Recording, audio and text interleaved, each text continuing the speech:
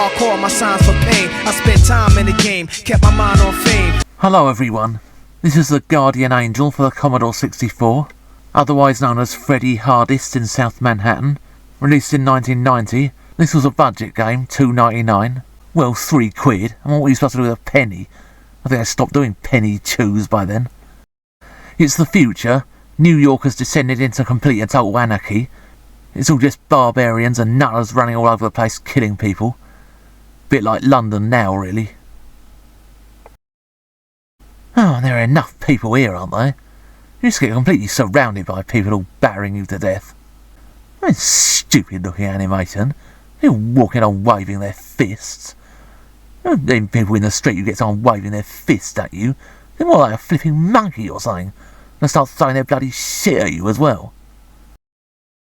So anyway, Freddy Hardest is on the case. Judging by that picture of him down there, he's kind of desperate Dan with a poncy haircut.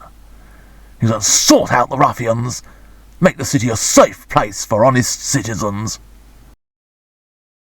I remember going to New York. That was 1997. Really was a different world over there. I mean, clean streets. You walk around in safety, there's no living yobs or gangs hanging around. All the people in shops and on public transport are all polite. You've only got one life in this. The energy bar gradually restores itself, but if it really is low, then after you've defeated some enemies, instead of going on to the next lot, you just have to stand there for ages until it restores. So basically, not only is this game completely repetitive, you've also got to just stand there doing nothing for ages. Who the bloody hell thought that was a good idea?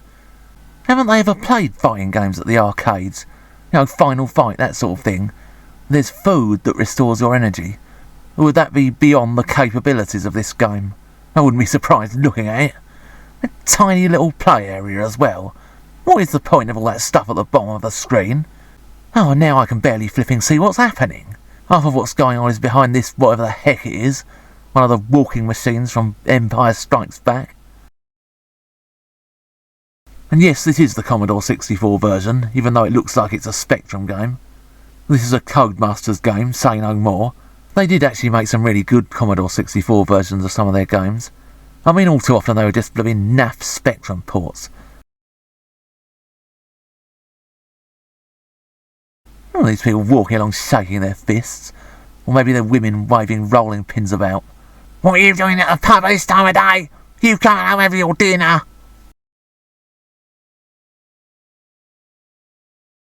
I've only been playing this game a few minutes and I'm already bored senseless. There's absolutely no variety in this whatsoever. Same old people, same old moves popping up over and over again. And I really hate these kind of games where half the screen is taken up with all this bloody rubbish. Yeah, we know what it's called, we know what it looks like. Why do we need all that blooming rubbish at the bottom of the screen?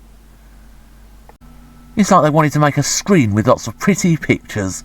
The game itself is just kind of an afterthought. Oh, this flipping thing is in the way again. It just often gets difficult to see what's going on. It's all just one colour.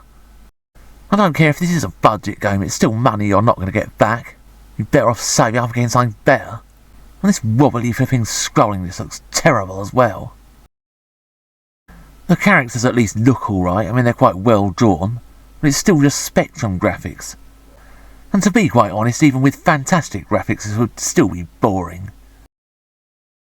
Oh, here we go again, completely surrounded by people, all kicking the living daylights out of him. Not really a lot you can do about it. What are in those crates?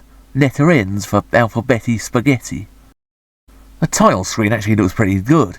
There's a picture of him with the city in the background. You just think, why couldn't they have made that sort of effort on the rest of the game? And this is an absolutely pathetic excuse for a fighting game. It's got Spectrum graphics.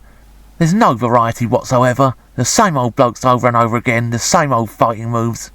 It just gets boring really quickly. I mean, who the heck releases a monochrome game on the Commodore 64 in 1990? Things had moved on a bit by then. You wouldn't have known it, judging by this. Tiny little play area.